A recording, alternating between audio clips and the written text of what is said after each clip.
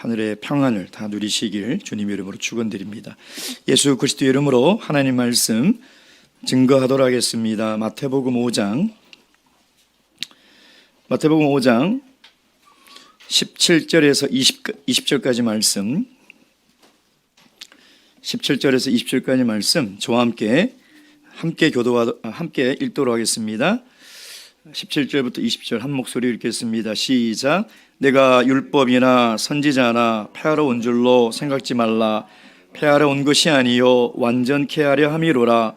진실로 너에게 이르노니 천지가 없어지기 전에는 율법의 1.1획이라도 반드시 없어지지 아니하고 다 이루리라.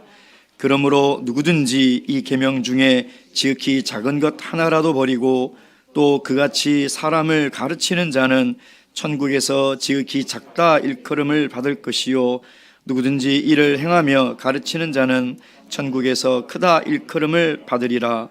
내가 너희에게 이르노니 너희 의가 서기관과 바리새인보다 더 낫지 못하면 결단코 천국에 들어가지 못하리라. 아멘. 제가 이스라엘로 성지 순례를 갔을 때 가보고 싶은 곳이 너무 많은데 그 이스라엘의 일정이 너무 짧아서 좀 아쉬움이 있었습니다. 그래서 이제 두 번째 이 이스라엘을 이제 방문하게 되었는데요. 첫 번째는 이제 안식일을 끼지 못하고 예루살렘을 이제 보고 나갔는데, 두 번째는 감사하게 제가 이 예루살렘에 있는 동안에 안식일을 제가 보내게 되었습니다.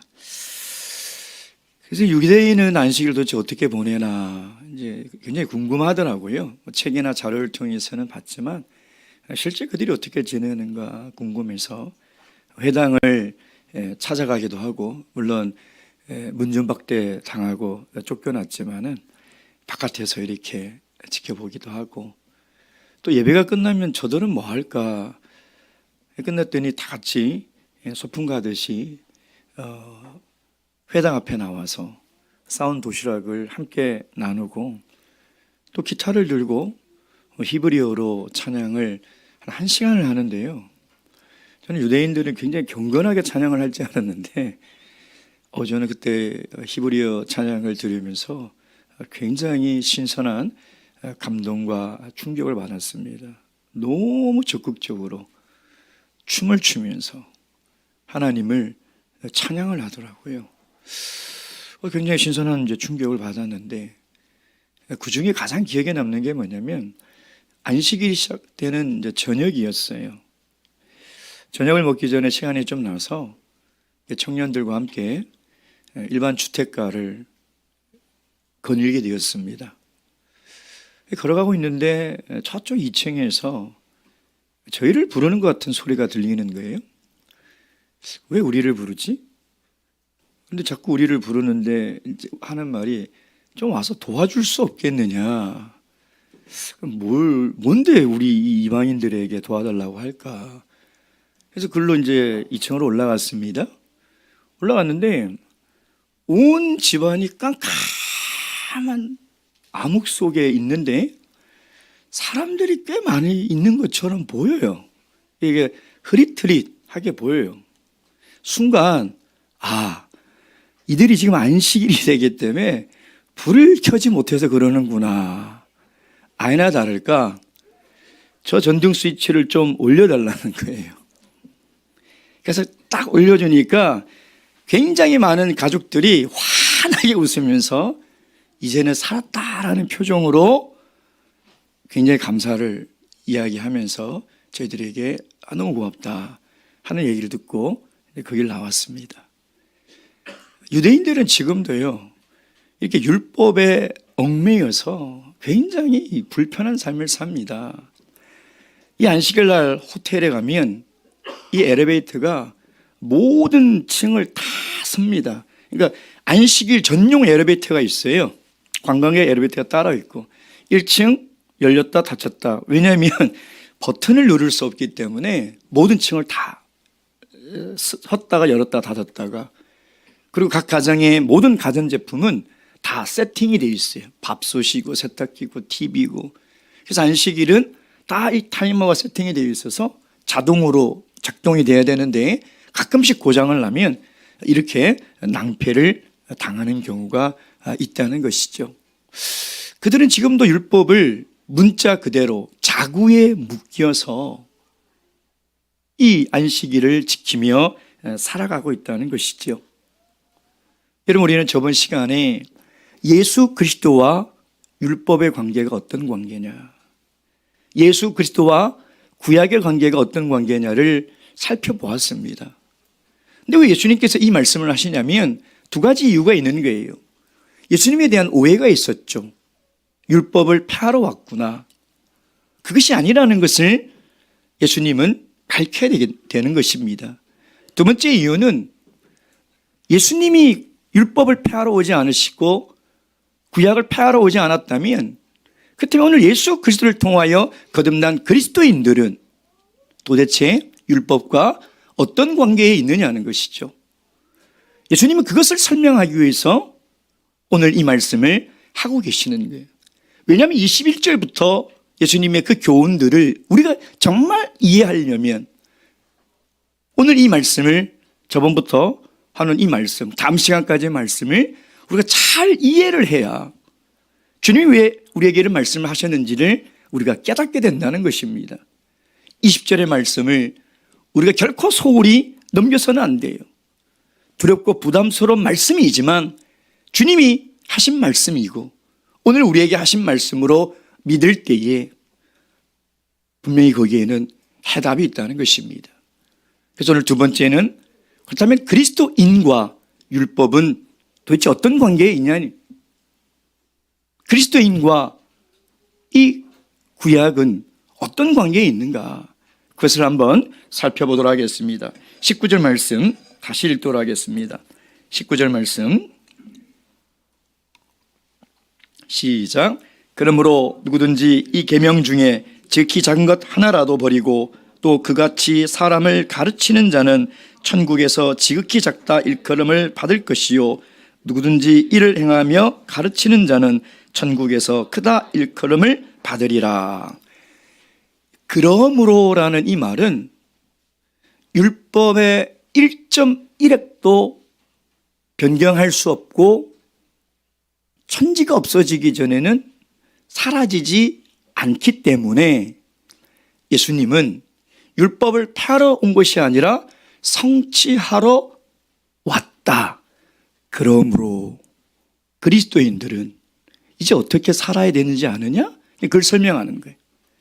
그러므로 하나님의 백성이 된 그리스도인들은 율법을 어떻게 지키며 살아야 되는지 아느냐? 그 얘기를 하고 있는 거죠. 오늘 19절의 핵심이 뭡니까? 지극히 작은 것 하나라도 행하지 않고 가르치지 않으면 천국에서 작은 자가 될 것이며 작은 것이라도 행하고 가르치면 천국에서 큰 자가 될 것이라는 거예요. 예수님이 이렇게 말씀하신 의도는 서기관들과 바리새인들을 염두에 둔 거죠. 왜냐하면 당시 바리새인과 서기관들은 하나님의 많은 율법 가운데 중한 것과 경한 것이 있다고 나눠놨어요. 하나님의 수많은 율법 가운데 반드시 지켜야 될 것과 지키지 않아도 될 것을 나눠놨다는 거예요. 근데 예수님은 뭐냐면 너희들이 그 나눠놓은 작은 것 하나라도 지키지 않으면 안 된다는 거예요. 근데 그것으로 끝나는 것이 아니라 예수님은 뭐라고 말씀하시냐면 행할 뿐만 아니라 그것을 어떻게 가르치라는 거예요. 그 율법을 우리가 행하는 것에서 끝나는 것이 아니라 그 율법을 가르쳐야 된다. 가르쳐야만 천국에서 큰 자가 될 것이라는 것이죠. 여러분, 가르치는 일이 우리 신앙에서 얼마나 중요한 일인지 아십니까? 저번 주에 2박 3일 동안 전국에 초보 교사들이 50명 모여서 2박 3일 동안 교사로서 필요한 훈련들을 받았어요. 거의 아침 7시부터 저녁 12시까지 강의를 들어요. 그만큼 배워야 될 게 굉장히 많죠. 근데 참 열심히 강의를 들어요. 제가 교사들에게 그랬어요. 지금 여러분들이 섬기는 이 사역이 얼마나 중요하고 가치 있는지를 아나. 자부심을 가지고 사명을 가졌으면 좋겠다. 여러분, 왜냐하면 기독교의 신앙은 무엇을 통해서 전승이 되냐? 하나님을 향한 믿음은 무엇을 통해서 전승이 되냐면 가르침을 통해서 전승이 되는 거예요. 그것이 하나님이 만들어 놓으신 방법이에요. 가르치지 않으면 신앙이 생길 수가 없어요. 가르치지 않으면 믿음이 생길 수가 없다는 것입니다. 그래서 하나님은 반드시 가르치라는 것이죠. 여러분, 부모이십니까? 하나님 말씀 가르쳐야 돼요. 여러분, 교회의 직분자십니까? 하나님 말씀 가르쳐야 돼요. 교사만 가르치는 것이 아니에요. 모든 그리스도인들이 제자를 삼아 아버지께서 우리에게 부탁하신 모든 것을 가르쳐 지키게 하라는 이 사명은 우리 모두에게 주신 명령이에요. 예수님은 지금 분명히 말씀하시는 것이 행하는 것뿐만 아니라 그것을 가르쳐야 된다. 그렇다면 우리가 율법을 가르칠 때 우리가 오해하지 말아야 될 것들이 있어요. 그 첫 번째가 뭐냐면 율법과 율법주의를 우리가 오해해서는 안 된다는 겁니다. 이 신구약 성경에 율법에 대한 얘기들이 많이 나오다 보니까 도대체 이 율법은 중요하다고 그러는데 이 율법은 또 지키지 말라고 그러고 혼돈이 오거든요. 유대인들이 이야기하는 성경의 율법은 네 종류예요. 첫째 십계명, 둘째 모세오경, 창세기, 출애굽기, 레위기, 민수기, 신명기. 이 모세오경을 신약 성경에 율법이라고 표현하는 거예요. 세 번째, 선지자들의 글. 모세오경과 선지자들의 글, 예언과 선지자들의 글. 이거는 구약 성경 전체를 이야기하는 거예요. 이 율법이에요. 네 번째, 장로의 유전.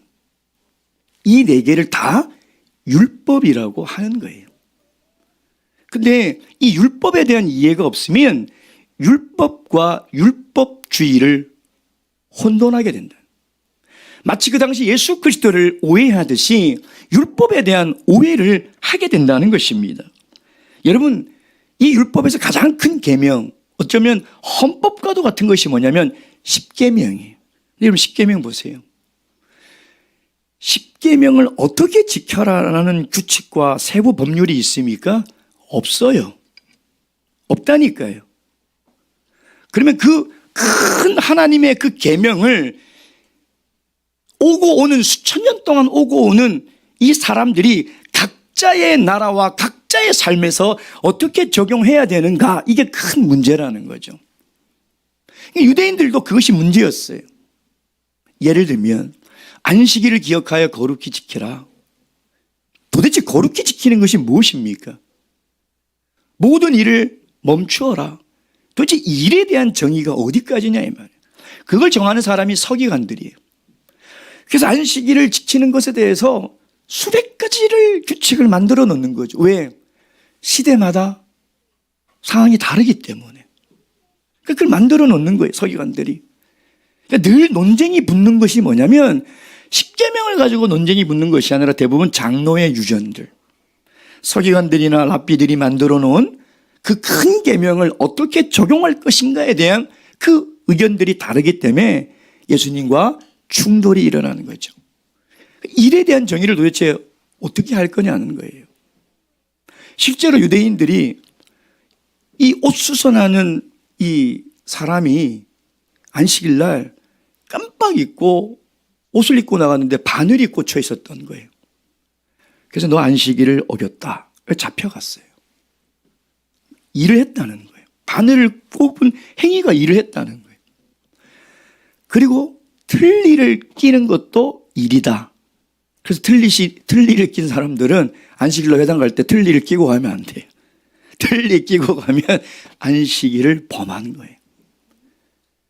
수도 없이 황당한 규칙들이 많습니다. 제가 그걸 다 얘기하려면 밤을 새야 돼요. 그 유대인의 미드라시라는 그 책이나 탈무드에 보면 이런 얘기들이 너무 많이 지금 이해가 되지 않는. 그러니까 그들은 뭐냐면 율법주의가 된 거예요. 그 율법의 자구에 그게 묶여서 정말 그것을 어떻게 지켜야 되는지 그것을 깨닫지 못하고 그걸 문자 그대로 지키는 것이죠. 그래서 우리는 율법과 율법주의를 반드시 구분해서 이해를 해야 된다. 그럼 율법 그러면 괜히 이상하게 뭔가 부정적인 이미지를 가지고 있게 돼버리는 거죠. 율법주의가 문제예요. 율법이 문제가 아니라. 그리고 우리가 또 이해되는 게 뭐냐면 율법과 복음에 대한 이해를 해야 됩니다. 율법과 은혜, 율법과 복음에 대한 오해가 있어요. 여러분 17절 말씀 보세요. 내가 율법이나 선지자나 폐하러 온 줄로 생각지 말라. 폐하러 온 것이 아니요 완전케 하려 함이로다. 완전케 한다는 것은 성취한다라는 것이죠. 그러니 예수님과 율법의 관계가 폐지가 아니라 완전케 하러 왔고, 예수님이 복음이잖아요. 예수님과 구약이 폐지가 아니라 성취의 관계라면 오늘 우리 그리스도인과 율법의 관계는 도대체 어떤 관계냐 이 말이에요. 특별히 마태복음은요, 예수 그리스도가 구약의 예언을 성취하기 위해서 오신 분이라고 끊임없이 우리에게 이야기를 하고 있어요. 여러분 구약 성경에 보면요, 예수 그리스도의 탄생, 그의 고난받으심, 그의 죽으심, 그의 부활이 다 예언되어 있지 않습니까? 그래서 마태복음은 그것을 증거하고 있다는 거예요. 그렇죠?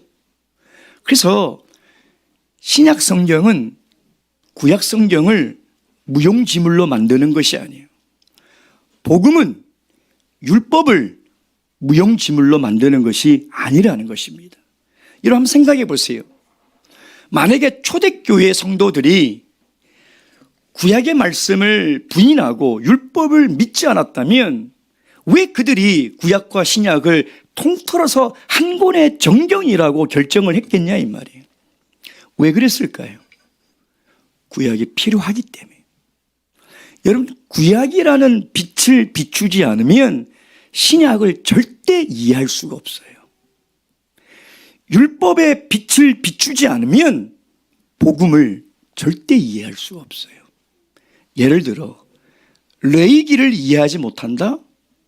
그러면 신약의 히브리서는 이해할 수가 없어요.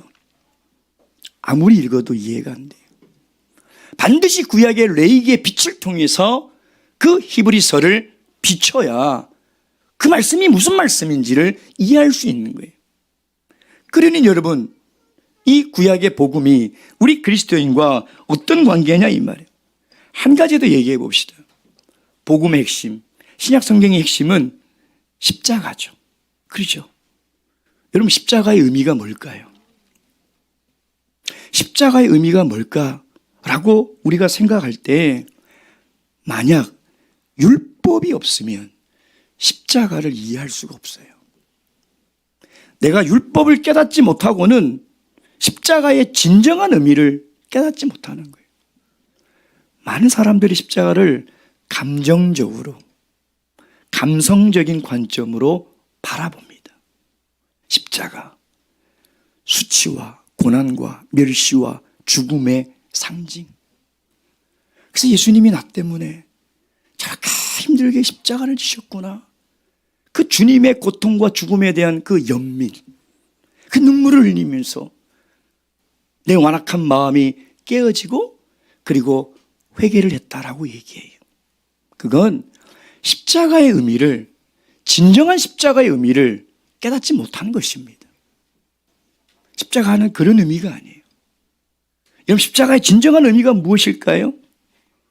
십자가는 율법이 정한 그 정죄, 죄를 지으면 반드시 받아야 될 심판이 죽음밖에 없어요. 그 율법이 만들어 놓은 거예요. 율법이 죄에 대해서 뭐라고 판단하냐? 죄의 삭은 사망이라는 거예요.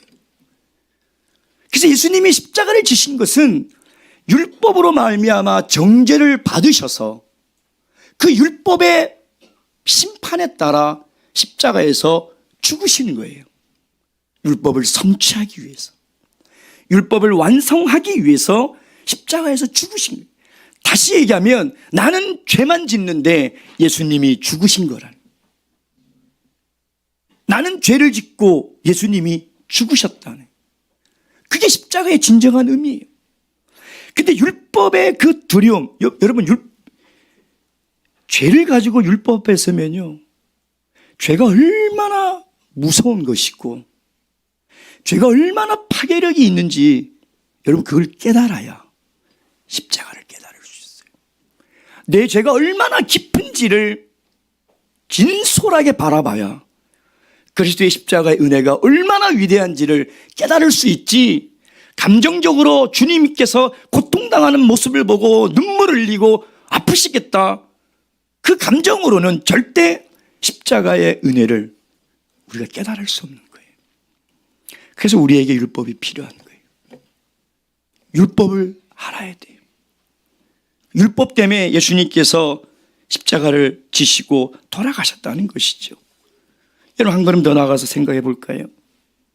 이제 미래의 어느 날 예수님은 약속에 따라 반드시 심판의 주로 재림하실 겁니다. 약속하셨기 때문에. 우리가 성경을 통해서 배우는 것이 하나님의 약속은 반드시 이루어지잖아요. 그렇죠? 그럼 그 심판의 예수님이 마지막 날 이 땅에 내려오셔서 무엇을 근거로 심판하실까요? 세상 법정과 똑같아요. 세상은 죄인들을 잡아다가 검찰에 기소하고 그 피의자를 잡아다가 어떻게 재판합니까? 어떻게 판정을 합니까? 법이에요. 법. 예수님께서 재림하셔서 이 땅에 오셔서 세상을 심판하실 때는 율법으로 심판하시는 거예요. 하나님을 믿지 않고 하나님을 부인하고 살았던 그 불신자들도 하나님의 율법의 말씀으로 심판을 받을 수밖에 없는 거예요. 그렇잖아요.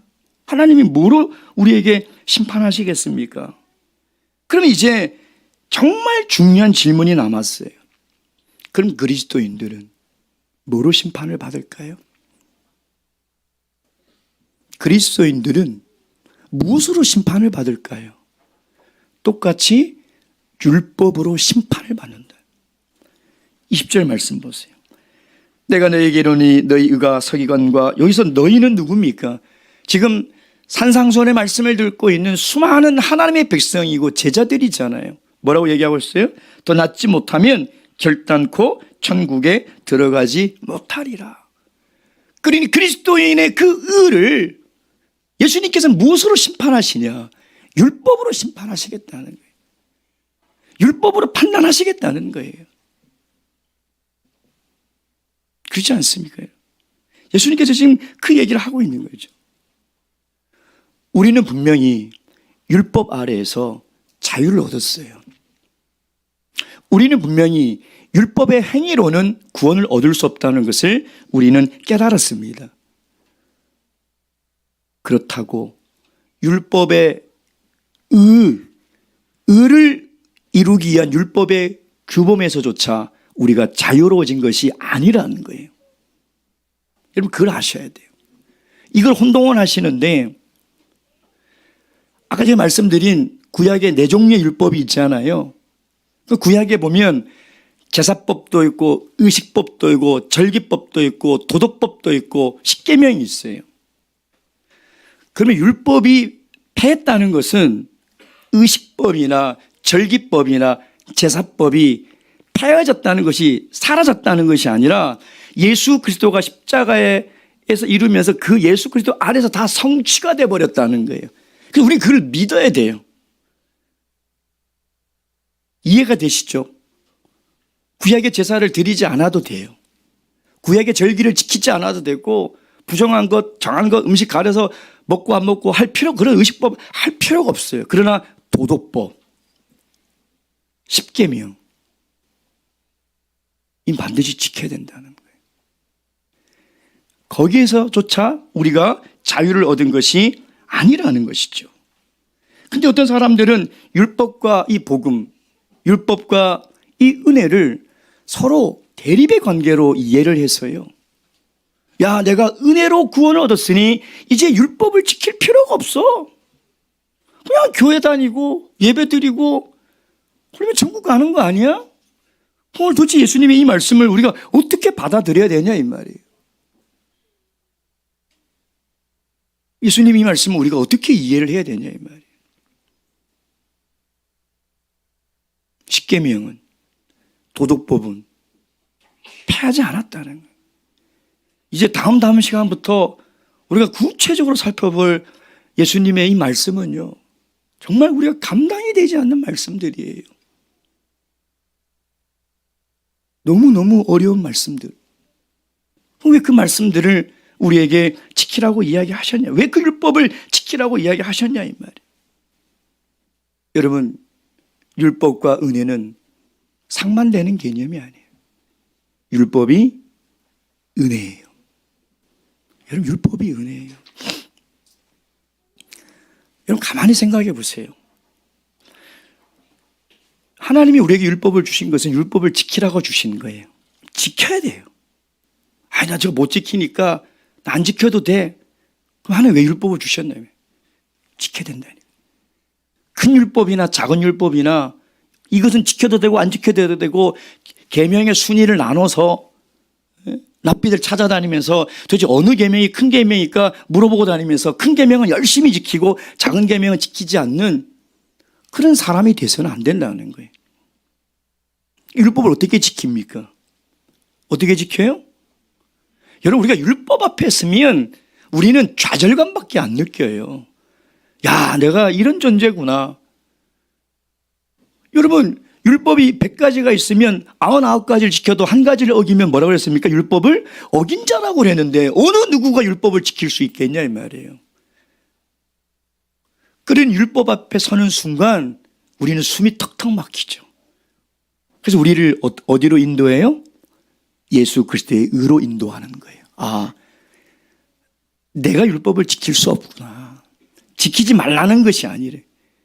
이거 율법을 지키려고 노력하는 사람만이 깨달을 수 있는 거예요. 율법을 지키려고 노력하는 사람만이 예수 그리스도를 갈망하는 거예요. 이 사람이 의에 굶주린 사람이에요. 이 사람이 의에 목마른 사람이에요. 그래서 예수님을 찾을 수밖에 없는 거예요. 그러니 율법이 은혜잖아요. 율법이 없었다면, 율법의 정죄가 없었다면, 율법의 요구가 없었다면 우리가 예수님을 찾을 필요가 있습니까? 없는 거예요. 갈라디아서 3장 24절 말씀 보겠습니다. 갈라디아서 3장 24절. 갈라디아서 3장 24절 말씀. 24절 말씀 다 함께 읽겠습니다. 24절 시작. 이같이 율법이 우리를 그리스도에게로 인도하는 몽학 선생이 되어 우리로 하여금 믿음으로 말미암아 의롭다함을 얻게 하려 함이니라. 누가요? 율법이. 그래서 율법이 없는 복음은 사실 참된 복음이 아니에요. 반드시 율법이 있어야 돼요. 그래서 율법은 은혜와 복음과 반대되는 개념이 아니라 율법이 곧 은혜라는 것입니다. 여러분, 율법이 없는 복음은 무법주의예요. 무법주의. 법이 없는 거죠. 그걸 은혜라고 생각하지만 사실 방종이에요. 바울 사도 당시에 로마서를 쓸 때 그런 그리스도인들이 너무 많았어요. 예수 그리스도의 은혜를 가르치고 복음을 가르치니까 이 사람들이 복음을 착각을 해가지고 바울 사도가 이야기한 로마서가 무법주의로 받아들인 거예요. 야, 이제 율법이 필요가 없구나. 그렇게 받아들인 거죠. 이제 마음껏 죄를 지어도 된다. 왜? 하나님의 은혜로 구원을 얻었으니까. 누구도 우리를 정죄하지 않을 거야. 이렇게 생각한 거죠. 자, 그때 바울 사도가 탄식하며 뭐라고 얘기합니까? 로마서 3장 8절. 로마서 3장 8절 말씀. 로마서 3장 8절 말씀. 3장 8절 말씀 다 함께 읽겠습니다. 시작. 그러면 선을 이루기 위하여 악을 행하자 하지 않겠느냐. 어떤 이들이 이렇게 비방하여 우리가 이런 말을 한다고 하니 저희가 정죄받는 것이 옳으니라. 바울 사도가 이제 율법 지킬 필요 없고 하나님의 은혜를 더 크게 알려면 죄를 지어야 돼요. 그렇게 얘기했다라고 하는 거예요. 자기들이 짓는 죄를 정당화하기 위해서 그렇게 얘기했다는 거죠. 2000년 전이나 지금이나 잘못된 율법관에 빠져서는 안 돼요. 동시에 잘못된 은혜관에도 빠져서는 안 된다는 거예요. 여러분, 어떤 사람은 은혜의 시대에 살아간다고 율법은 폐기되었다고 이야기하면서요, 자기가 하나님 말씀대로 살지 못하는 것을, 여러분, 죄가 하나님 말씀대로 살지 않는 게 그게 죄예요. 그걸 정당화합니다.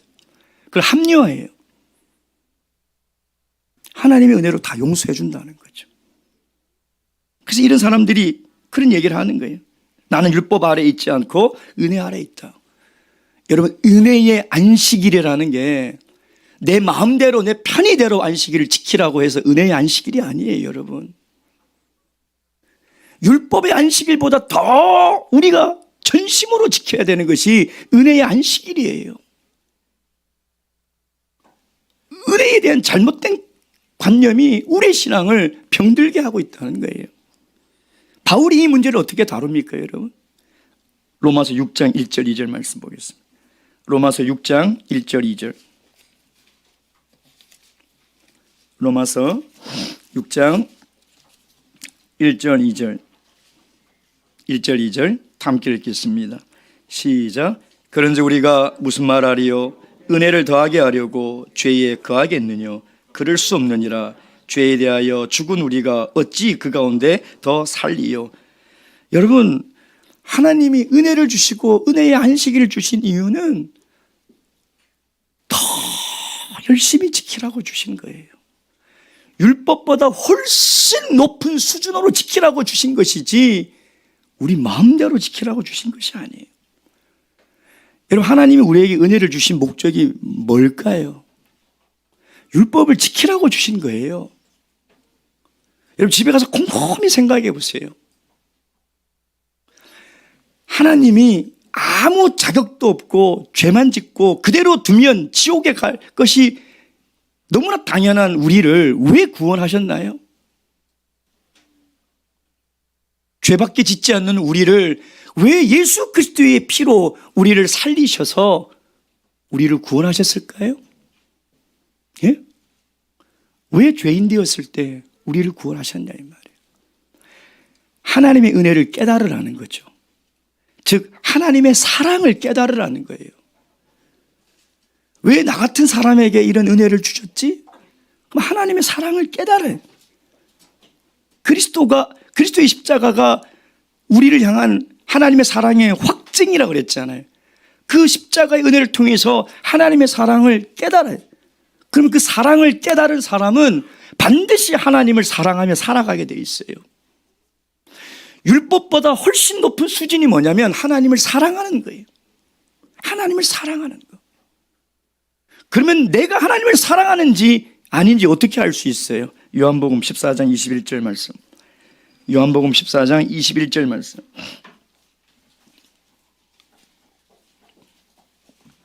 요한복음 14장 21절 말씀. 다 함께 읽겠습니다. 21절 말씀입니다. 시작. 나의 계명을 가지고 지키는 자라야 나를 사랑하는 자니 나를 사랑하는 자는 내 아버지께 사랑을 받을 것이요 나도 그를 사랑하여 그에게 나를 나타내리라. 요한 사도는 요한 1서에 하나님을 사랑하면 계명이 무거운 것이 아니고 그 계명을 지킬 수 있다라고 얘기하는 이유가 거기에 있는 거예요. 여러분, 그래서 하나님의 은혜는 내가 감정적으로 감동을 받고 가슴이 두근거리고 뜨거워지고 그것이 하나님의 은혜가 아니라는 것입니다. 하나님의 은혜를 받으면 하나님의 율법을 지키는 데 힘을 써요. 안식일을 지키십시오. 총회에서 공문을 내고 그럴 필요가 없어요. 어찌 하나님의 은혜를 깨달은 사람이 하나님의 하나님의 말씀을 소홀히 하며 살아갈 수 있냐 이 말이에요. 어찌 하나님을 사랑하는 사람이 하나님의 율법을 어기며 살아갈 수가 있냐 이 말이에요. 반드시 하나님의 계명을 지키며 살아가려고 최선을 다하며 살아가는 거예요. 지금 오늘 마태복음 5장의 말씀이 이 말씀을 하고 있는 거예요. 그리고 이제 5장 21절부터 7장까지 쭉 얘기하고 예수님은 더 강력하게 우리에게 얘기합니다. 7장 21절 말씀. 7장 21절 말씀. 다 함께 읽겠습니다. 7장, 마태복음 7장 21절. 다 함께 읽겠습니다. 시작. 나더러 주여 주여 하는 자마다 천국에 다 들어갈 것이 아니요 다만 하늘에 계신 내 아버지의 뜻대로 행하는 자라야 들어가리라. 이 말은요, 우리에게 하시는 말씀이에요. 하나님의 백성이 된 예수 그리스도의 제자가 된 그리스도인들에게 하는 말이에요. 일반 교회 성도들에게 하는 말이 아니에요. 여기 하나님의 뜻은 참예수 교회 10대 신앙을 얘기하는 게 아니에요. 여기서 아버지의 뜻은 구약의 율법이에요. 계명이에요. 하나님의 말씀이에요. 그것을 지키지 않으면, 행하지 않으면 어떻게 해요? 들어갈 수 없다는 것이죠. 여러분. 그러니 여러분, 우리가 하나님의 이 계명, 하나님께서 우리에게 산상수훈에 앞으로 계속 주실 이 도덕법을 우리가 정말 어떤 마음으로 듣고 어떤 마음으로 힘써 지켜야 되겠습니까? 오늘 이 그리스도인과 율법과 도대체 어떤 관계인지, 그 말은 나와 이 율법이 도대체 어떤 관계인지, 내가 율법주의와 율법을 오해하고 있는 것은 아닌지, 율법과 복음을 오해하고 있는 것은 아닌지, 우리가 그 개념을 잘 정리하셔서 앞으로 주님의 말씀을 통하여 정말 예수 그리스도를 닮아가는, 그리스도의 인해 그 의를 추구하는 의에 목마른 삶을 저와 여러분이 다 살아가시기를 주님의 이름으로 축원드립니다. 묵도하시겠습니다.